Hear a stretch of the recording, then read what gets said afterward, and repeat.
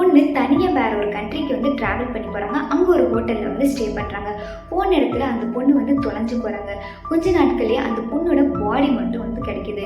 கனடாவை சேர்ந்த எலிசா லாம்ன்ற 21 வயசான பொண்ணு பிரிட்டிஷ் கொலம்பியா அப்படின்ற ஒரு யூனிவர்சிட்டியில் வந்து படிச்சுட்டு இருக்காங்க. இந்த பொண்ணுக்கு ட்ராவலிங்னா ரொம்ப இஷ்டம். இந்த பொண்ணு ட்ராவல் பண்ணுற வீடியோஸ் எல்லாமே அவங்களோட சோஷியல் மீடியா அக்கௌண்ட் பேஜஸ்லாம் வந்து போஸ்ட் பண்ணுறாங்க.